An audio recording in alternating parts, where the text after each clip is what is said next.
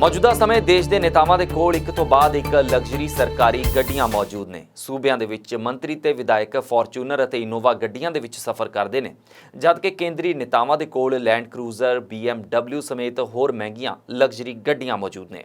ਪਰ ਕੋਈ ਸਮਾਂ ਹੋਇਆ ਕਰਦਾ ਸੀ ਜਦੋਂ ਸਾਰੇ ਨੇਤਾਵਾਂ ਦੇ ਕੋਲ ਇੱਕ ਹੀ ਕਿਸਮ ਦੀ ਗੱਡੀ ਹੋਇਆ ਕਰਦੀ ਸੀ, ਉਹ ਸੀ ਅੰਬੈਸਡਰ। जी हाँ, ਉਹੀ ਕਾਰ ਜਿਸ ਨੂੰ ਭਾਰਤ ਦੀ ਪਹਿਲੀ ਕਾਰ ਵੀ ਕਿਹਾ ਜਾਂਦਾ ਹੈ, ਜਦਕਿ ਉਹ ਭਾਰਤ ਦੀ ਪਹਿਲੀ ਕਾਰ ਤਾਂ ਨਹੀਂ ਸੀ, ਪਰ ਜਦੋਂ 90 ਦੇ ਦੌਰ ਤੋਂ ਪਹਿਲਾਂ ਦੇ ਕਿਸੇ ਵੀ ਵਿਅਕਤੀ ਕੋਲੋਂ ਪੁੱਛੋਗੇ ਤਾਂ ਉਹ ਇਸ ਨੂੰ ਭਾਰਤ ਦੀ ਪਹਿਲੀ ਕਾਰ ਹੀ ਆਖੇਗਾ। ਸੋ ਆਓ ਅੱਜ ਤੁਹਾਨੂੰ ਅੰਬੈਸਡਰ ਕਾਰ ਦੀ ਕਹਾਣੀ ਤੋਂ ਜਾਣੂ ਕਰਵਾਉਂਦੇ ਹਾਂ ਤੇ ਕਿਵੇਂ ਇਹ ਕਾਰ ਭਾਰਤੀਆਂ ਦੀ ਚਹੇਤੀ ਬਣ ਗਈ ਸੀ, ਇਹ ਵੀ ਦੱਸਦੇ ਹਾਂ। ਅੰਬੈਸਡਰ ਕਾਰ ਦੇ ਬਾਰੇ ਦੇ ਵਿੱਚ ਜਾਣਨ ਤੋਂ ਪਹਿਲਾਂ ਸਾਨੂੰ ਥੋੜਾ ਜਿਹਾ ਬੈਕ ਗੀਅਰ ਲਾਣਾ ਪਏਗਾ।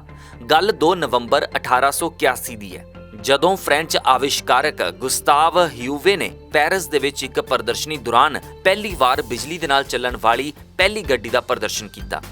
ਇਸ ਦੇ 5 ਸਾਲ ਬਾਅਦ 1886 ਦੇ ਵਿੱਚ ਜਰਮਨ ਇੰਜੀਨੀਅਰ ਕਾਰਲ ਬੈਂਜ਼ ਨੇ ਪਹਿਲੀ ਕਾਰ ਇੰਜਨ ਦਾ ਪੈਟੈਂਟ ਹਾਸਲ ਕੀਤਾ, ਜੋ ਕਿ ਪੈਟਰੋਲ ਦੇ ਨਾਲ ਚੱਲਦਾ ਸੀ। ਬਸ ਇੱਥੋਂ ਹੀ ਦੁਨੀਆ ਭਰ ਦੇ ਵਿੱਚ ਗੱਡੀਆਂ ਦੀ ਸ਼ੁਰੂਆਤ ਹੋ ਗਈ ਅਤੇ ਜਲਦ ਹੀ ਇਹ ਭਾਰਤ ਦੀਆਂ ਸੜਕਾਂ ਦੇ ਉੱਤੇ ਵੀ ਦੌੜਨ ਲੱਗੀਆਂ। ਭਾਰਤ ਦੇ ਵਿੱਚ ਪਹਿਲੀ ਕਾਰ ਸਨ 1896 ਦੇ ਵਿੱਚ ਕੋਲਕਾਤਾ ਵਿਖੇ ਪਹੁੰਚੀ ਸੀ, ਜਿਸ ਨੂੰ ਫਾਸਟਰ ਨਾਂ ਦੇ ਇੱਕ ਅੰਗਰੇਜ਼ ਨੇ ਖਰੀਦਿਆ ਸੀ। ਇਸ ਦੇ 1 ਸਾਲ ਮਗਰੋਂ ਹੀ ਜਮਸ਼ੇਦ ਜੀ ਟਾਟਾ ਨੇ ਆਪਣੀ ਪਹਿਲੀ ਕਾਰ ਖਰੀਦੀ, ਪਰ ਅਗਲੇ ਲਗਭਗ 50 ਸਾਲਾਂ ਤੱਕ ਵੀ ਕਾਰ ਖਰੀਦਣਾ ਭਾਰਤੀਆਂ ਦੇ ਲਈ ਦੂਰ ਦੀ ਕੋਡੀ ਬਣਿਆ ਹੋਇਆ ਸੀ।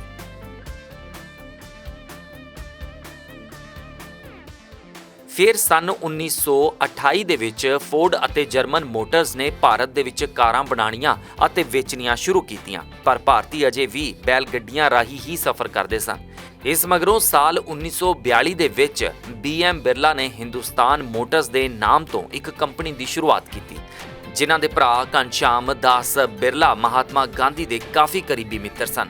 ਉਹਨਾਂ ਦੀ ਪ੍ਰੇਰਨਾ ਸਦਕਾ ਹੀ ਬਿਰਲਾ ਪਰਿਵਾਰ ਨੇ ਭਾਰਤ ਨੂੰ ਆਟੋਮੋਟਿਵ ਮੈਨੂਫੈਕਚਰਿੰਗ ਦੇ ਵਿੱਚ ਆਤਮ ਨਿਰਭਰ ਬਣਾਉਣ ਦਾ ਇਰਾਦਾ ਕੀਤਾ।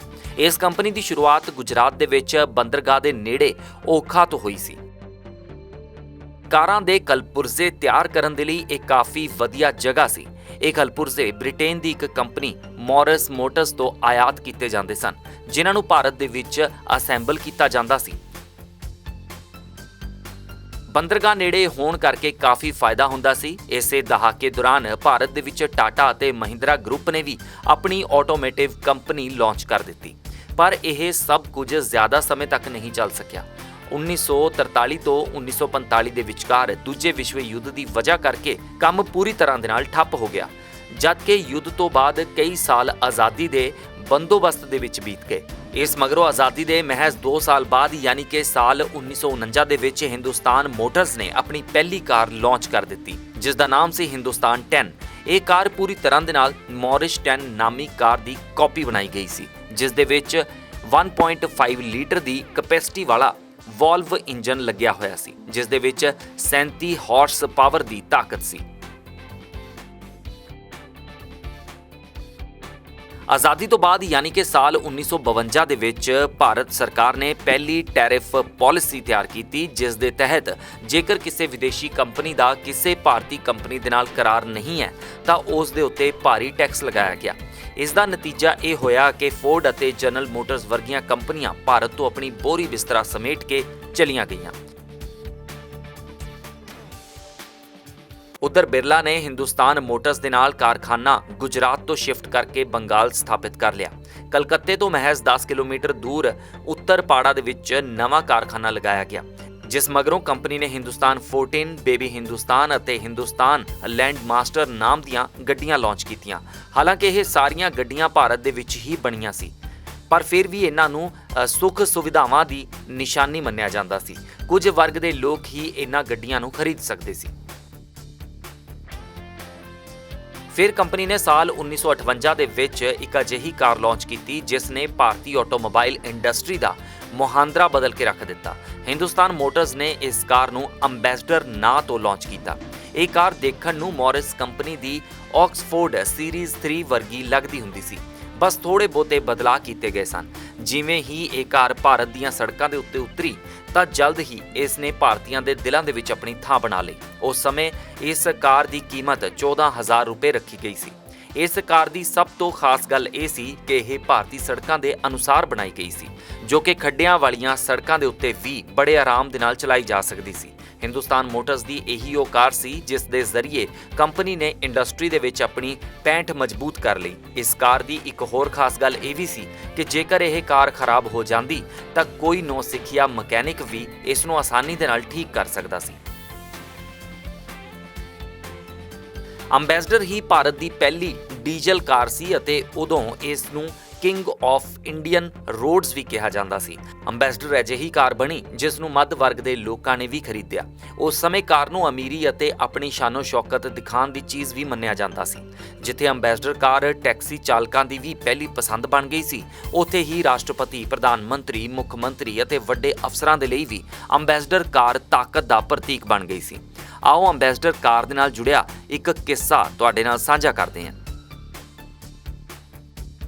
ਇਹ ਕਿੱਸਾ ਉਸ ਸਮੇਂ ਦਾ ਹੈ ਜਦੋਂ ਪੰਡਿਤ ਜਵਾਹਰ ਲਾਲ ਨਹਿਰੂ ਦੇਸ਼ ਦੇ ਪ੍ਰਧਾਨ ਮੰਤਰੀ ਹੋਇਆ ਕਰਦੇ ਸੀ ਅਤੇ ਉਹ ਆਪਣੀ ਰੋਜ਼ਾਨਾ ਦੀ ਯਾਤਰਾ ਭਾਰਤੀ ਗੱਡੀਆਂ ਦੇ ਰਾਹੀਂ ਹੀ ਕਰਦੇ ਸਨ। ਪਰ ਜਦੋਂ ਕੋਈ ਵਿਦੇਸ਼ੀ ਮਹਿਮਾਨ ਆਂਦਾ ਸੀ ਤਾਂ ਉਹ ਆਪਣੀ ਕੈਡੀਲੈਕ ਗੱਡੀ ਦੇ ਵਿੱਚ ਲੈਣ ਦੇ ਲਈ ਜਾਂਦੇ ਸੀ। ਇਹ ਸਭ ਕੁਝ ਦੇਖ ਕੇ ਜਦੋਂ ਤਤਕਾਲੀਨ ਗ੍ਰਹਿ ਮੰਤਰੀ ਲਾਲ ਬਹਾਦੁਰ ਸ਼ਾਸਤਰੀ ਨੇ ਨਹਿਰੂ ਜੀ ਤੋਂ ਇਸ ਦਾ ਕਾਰਨ ਪੁੱਛਿਆ ਤਾਂ ਉਹਨਾਂ ਆਖਿਆ ਕਿ ਮੈਂ ਵਿਦੇਸ਼ੀ ਮਹਿਮਾਨਾਂ ਨੂੰ ਦਿਖਾਉਣਾ ਚਾਹੁੰਦਾ ਹਾਂ ਕਿ ਭਾਰਤ ਦਾ ਪ੍ਰਧਾਨ ਮੰਤਰੀ ਵੀ ਕੈਡੀਲੈਕ ਦੇ ਵਿੱਚ ਘੁੰਮ ਸਕਦਾ ਹੈ। ਅੰਬੈਸਡਰ ਕਾਰ ਉਸ ਦੌਰ ਦੀ ਸਭ ਤੋਂ ਪਿਆਰੀ ਕਾਰ ਸੀ ਅਤੇ ਇਸ ਕਾਰ ਨੂੰ ਪਿਆਰ ਦੇ ਨਾਲ MBV ਕਿਹਾ ਜਾਂਦਾ ਸੀ। ਇਸ ਕਾਰ ਦੀ ਲੋਕਪ੍ਰਿਯਤਾ ਦਾ ਅੰਦਾਜ਼ਾ ਇਸ ਗੱਲ ਤੋਂ ਵੀ ਲਗਾਇਆ ਜਾ ਸਕਦਾ ਹੈ ਕਿ ਉਸ ਸਮੇਂ ਭਾਰਤ ਦੇ ਵਿੱਚ ਵਿਕਣ ਵਾਲੀਆਂ ਕੁੱਲ ਕਾਰਾਂ ਦੇ ਵਿੱਚ 70% ਅੰਬੈਸਡਰ ਹੀ ਹੋਇਆ ਕਰਦੀ ਸੀ ਅਤੇ ਇਸ ਦੇ ਵਿੱਚ ਵੱਡਾ ਹਿੱਸਾ ਸਰਕਾਰੀ ਆਰਡਰ ਦਾ ਹੁੰਦਾ ਸੀ, ਕਿਉਂਕਿ ਕੇਂਦਰ ਅਤੇ ਰਾਜ ਸਰਕਾਰਾਂ ਦੇ ਮੰਤਰੀ ਅਤੇ ਨੌਕਰਸ਼ਾਹ ਅੰਬੈਸਡਰ ਕਾਰ ਰਾਹੀਂ ਯਾਤਰਾ ਕਰਨਾ ਪਸੰਦ ਕਰਦੇ ਸੀ। ਸਾਲ 1983 ਦੇ ਵਿੱਚ ਅੰਬੈਸਡਰ ਨੇ ਭਾਰਤੀ ਕਾਰ ਬਾਜ਼ਾਰ ਦੇ ਉੱਤੇ ਪੂਰਾ ਡਟ ਕੇ ਰਾਜ ਕੀਤਾ। ਫਿਰ 1983 ਦੇ ਵਿੱਚ ਮਾਰੂਤੀ 800 ਲਾਂਚ ਹੋ ਗਈ, ਜਿਸ ਨੇ ਲੋਕਾਂ ਦੇ ਵਿੱਚ ਤਾਂ ਭਾਵੇਂ ਅੰਬੈਸਡਰ ਦਾ ਕਰੇਜ਼ ਘਟਾ ਦਿੱਤਾ ਸੀ, ਪਰ ਨੇਤਾਵਾਂ ਅਤੇ ਮੰਤਰੀਆਂ ਦੀ ਪਸੰਦ ਫਿਰ ਵੀ ਅੰਬੈਸਡਰ ਹੀ ਬਣੀ ਰਹੀ।